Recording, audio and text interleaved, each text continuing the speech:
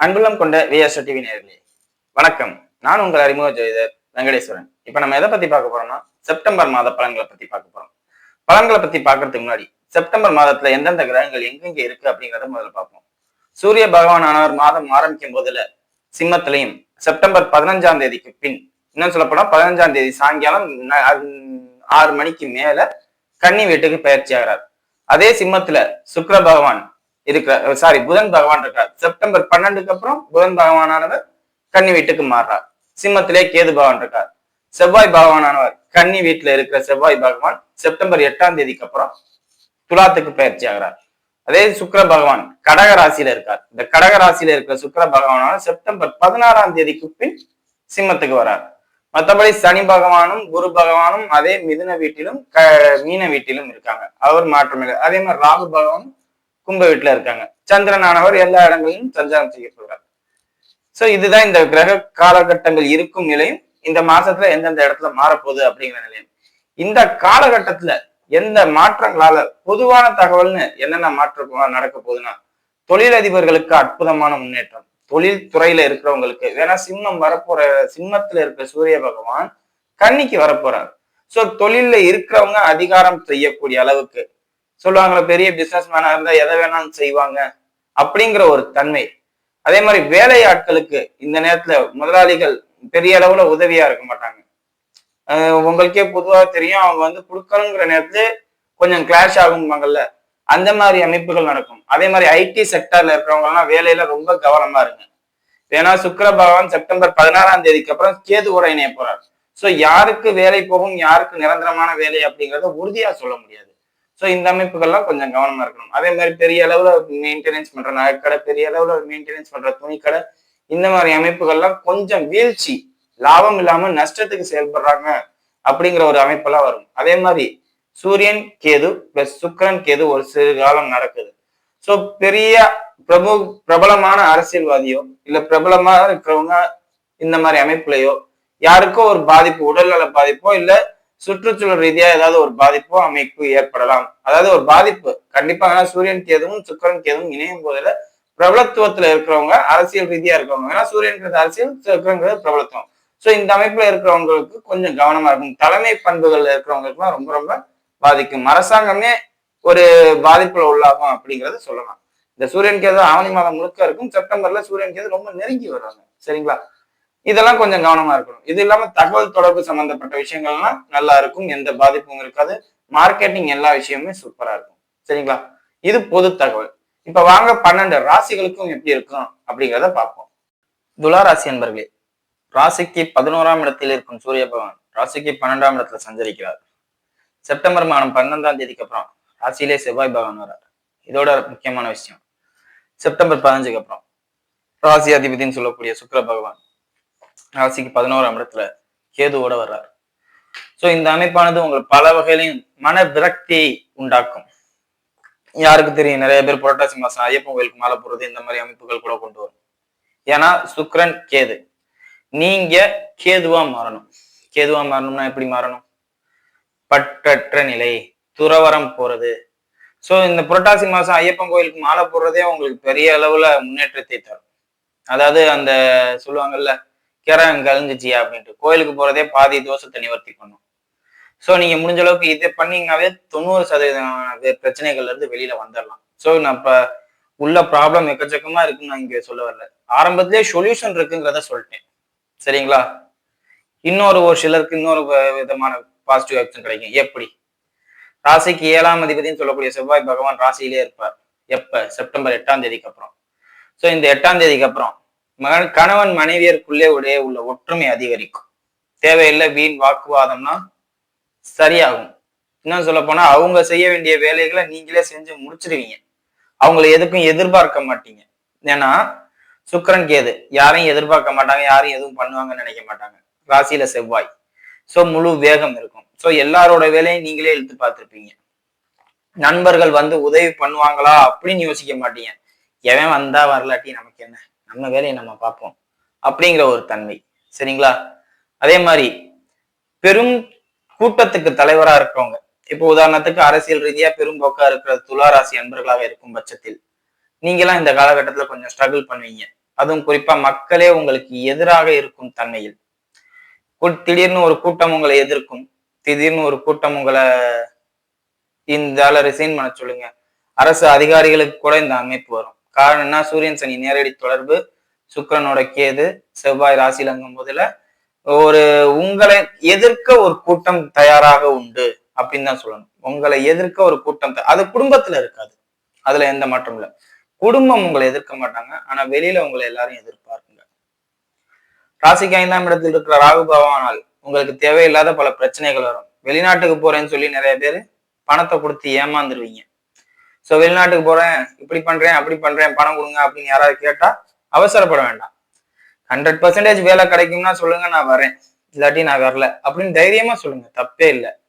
ராசிக்கு 11ஆம் இடத்தில் இருக்கும் புத பகவான் 12ஆம் அதிபதி எங்க இருக்காரு? 12க்கு 12ல இருக்காரு. சோ இப்ப நம்மளால வெளியில போக முடியுமா? போக முடியாது. சோ இந்த அமைப்பை தேவையில்லாம இது பண்ணிக்காதீங்க. கொடுத்து ஒரு முயற்சி பண்ணி பார்ப்போமே, அப்படி பண்ணி பார்ப்போமே, இப்படி பண்ணி பார்ப்போமே அப்படின்லாம் நினைக்காதீங்க. பணத்தை கொடுத்து ஏமாறுறதுல என்ன இருக்கு? சரியா? அதே மாதிரி கேதுவின் ஒத்துழைப்பானது தேவையில்லாத ஏமாற்றம். தேவையில்லாத ஏமாற்றம். இதனால் கோர்ட்டு கேஸ் வழக்குன்னு போறது, கடன் சம்பந்தப்பட்ட அமைப்புகளால் கோர்ட்டு கேஸ் வழக்குன்னு போறது. இன்னும் சொல்ல போனா அந்த பணம் மாட்டிக்கிட்டு, அதாவது ஜாமீன் போட்டு நிறைய பேர் கோர்ட்டு கேஸ் போவாங்களா, அதெல்லாம் இந்த அமைப்பு தான். ஏன்னா 3ஆம் அதிபதி குரு 9ல இருக்காரு, 3ஆம் இடத்தை பாக்குறாரு, அதெல்லாம் இல்ல. ராசியாதிபதி கேதுவோட இணையறார். சோ ஏமாற்றம். டாக்குமெண்ட் சம்பந்தப்பட்ட அமைப்புகள்ல ஏமாற்றம், ஜாமீன் போட்டதுனால ஏமாற்றம், உதவி பண்றேன் அப்படிங்கிற பேர்ல ஏமாற்றம். சோ இந்த விஷயங்கள்லாம் கொஞ்சம் கவனமா பாத்துக்கிறது ரொம்ப ரொம்ப நல்லது. குடல் சம்பந்தப்பட்ட அமைப்பு, அதே மாதிரி இன்சுலின் சம்பந்தப்பட்ட அமைப்பு, குரு ஆதிக்கத்தை விட்ட பகுதிகள்லாம் பாதிக்கப்படும். ராசிக்கு 6ஆம் அதிபதி 9ஆம் இடத்தில் வலுவாக இருக்கிறார். சோ இந்த அமைப்புகள்லாம் கொஞ்சம் பாதிக்கப்படும். சோ சுகர் இருக்கிறவங்க, உடல் பருமனா இருக்கிறவங்க, கொலஸ்ட்ரால் ப்ராப்ளம் இருக்கிறவங்க எல்லாம் டாக்டரை கன்சல்ட் பண்றது நல்லது. சூரியன் சனி நேரடி தொடர்பும் வருதா? சோ அப்ப என்ன ஆகும்? கொலஸ்ட்ரால் கண்டிப்பா இதயம் சம்பந்தப்பட்ட அமைப்புல பாதிப்பு ஏற்படுங்கிறத உறுதியாவே சொல்லலாம். சோ இதயம் பலவீனமாக உள்ளவர்கள் டாக்டர் ஒரு வாட்டி செக்அப் பண்ணிக்கிறது நல்லது. இப்ப வாங்க நட்சத்திர ரீதியான பலன்களை பார்ப்போம். சித்திரை நட்சத்திரக்காரர்கள்.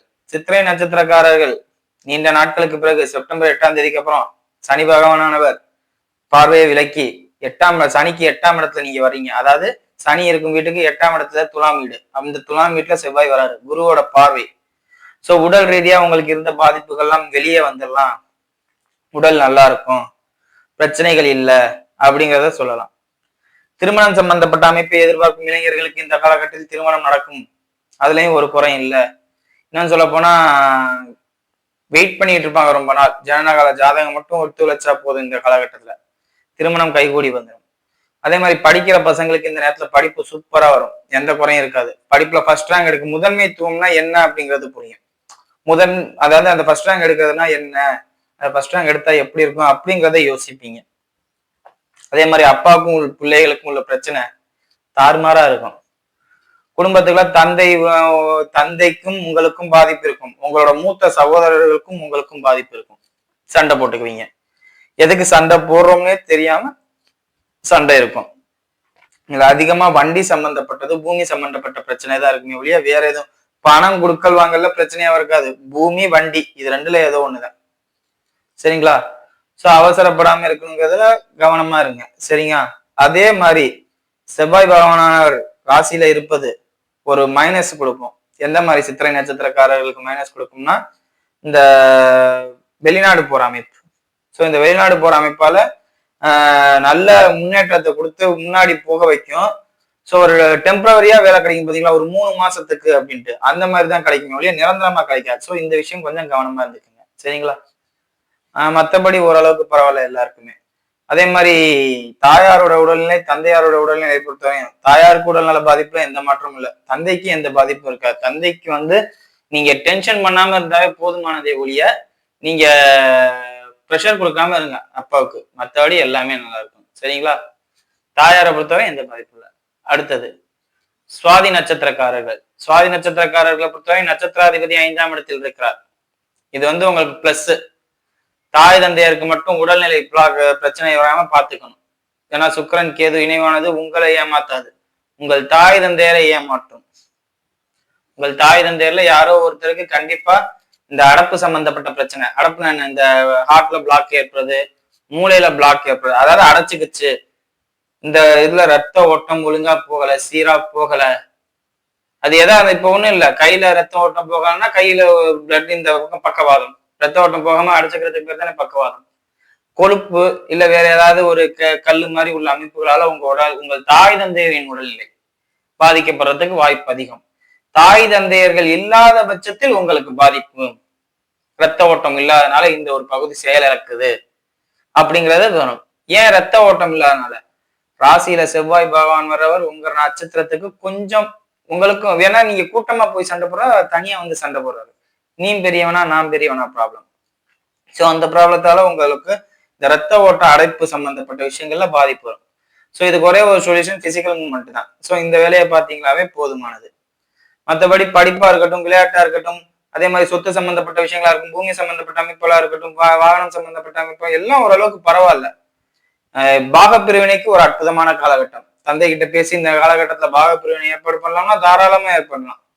காரணம் என்ன, 4ஆம் அதிபதி வக்ரம், சூரியனோட பார்வை, தந்தைக்கும் உங்களுக்கும் இடையே உள்ள ஒற்றுமை குறையுமே. சோ இதை பத்தி பேசுனீங்கனாவே சரி, அவனுக்குள்ளதை நம்ம கொடுத்துருவோம் அப்படிங்கிற ஒரு மனநிலையும் அவங்களுக்கு வரலாம்.